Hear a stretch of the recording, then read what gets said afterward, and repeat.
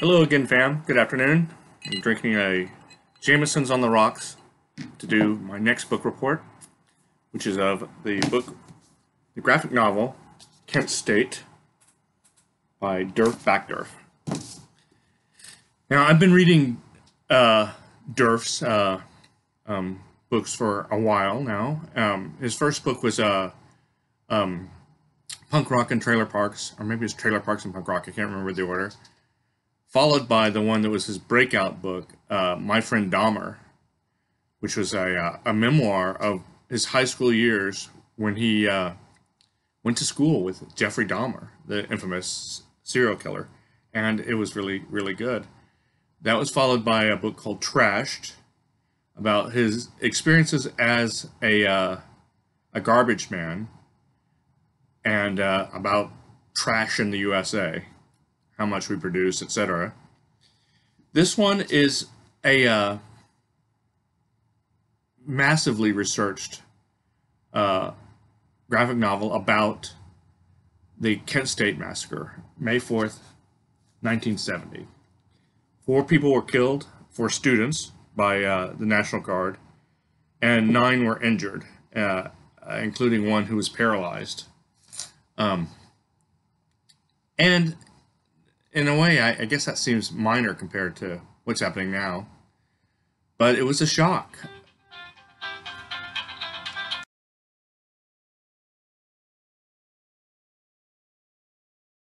So anyway, when Kent State occurred in 1970, it was a huge shock. There have been anti-war protests for years, and the war didn't seem to be winding down. And winding down the war was one of the promises of Richard Nixon. But at the time, he had just expanded the war into Cambodia, and that was outrageous. And it's still outrageous. People, by now, people kind of slightly mellowed on Nixon because, he did some good things. He opened relations with China and started the EPA, etc. But back in the 70s, people, or not people in general, because he got elected twice, but a lot of people, especially students who were of draft age, hated him with vengeance, and he hated them back. So he had really nothing to do with the shootings at Kent State, although he welcomed them. And what Backderf does that's really good in this book is that he heavily researches each person who got shot. And there turns out to be a lot of information about them because it's kind of a historic moment. And Kent State is not, a major university, although it's not small. It's I don't know, it might be the second largest in Ohio. Ohio State is obviously the largest. But it had anti-war protests, but what had happened was they had been ratcheting up, and there had been a minor riot in downtown Kent State, or Kent, Ohio. And so the governor called the National Guard in, and the National Guard were out of their depths. While all this was happening, a bunch of students, some who had no particular axe to grind, were living their life and just observing what was happening on campus, how the National Guard rolled into town and basically set up checkpoints so that if they were just walking around, they'd be constantly asked for their identification and so on. It seemed kind of Soviet. Anyway, they were going to have a big protest because they didn't like the National Guard being there, and they were very angry about the Cambodia invasion. And so they did. And then the National Guard was, like I said, they were out of their depth. Their commanders of the Guard were, on one hand, either raving lunatics or just incompetent. And one of the things that Backderf does really well in this is he shows how all the sort of bad decisions that the guard made, like as if he was a general doing an after action report. You know exactly where the guards were, where they moved, what and in essence what they should have done. But it's really about the people, the students, and the four students who got killed, especially.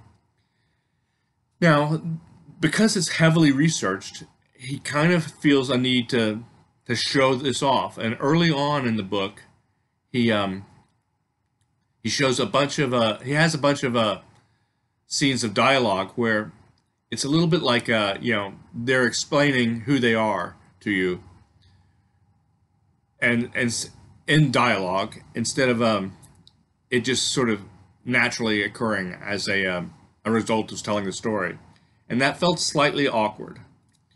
But it wasn't fatal by any means. And then the pace quickens as we get closer to 0 hour, and the final scene where people are getting shot is gruesome and I hesitate to say it, beautifully depicted, because Bachner's a really good artist. He comes from the alternative news weekly world, which was in the 80s and 90s a pretty big deal for a cartoonist. He wasn't one of the. I think of there being two major cartoonists in that world, or three, I guess. One was Linda Barry, an idol of mine. The other was Matt Groening, who parlayed his success as a cartoonist in alternative news weeklies into success as the creator of The Simpsons. And I guess, you kind of could fit Tom Tomorrow in there. And he's still a very successful political cartoonist. But,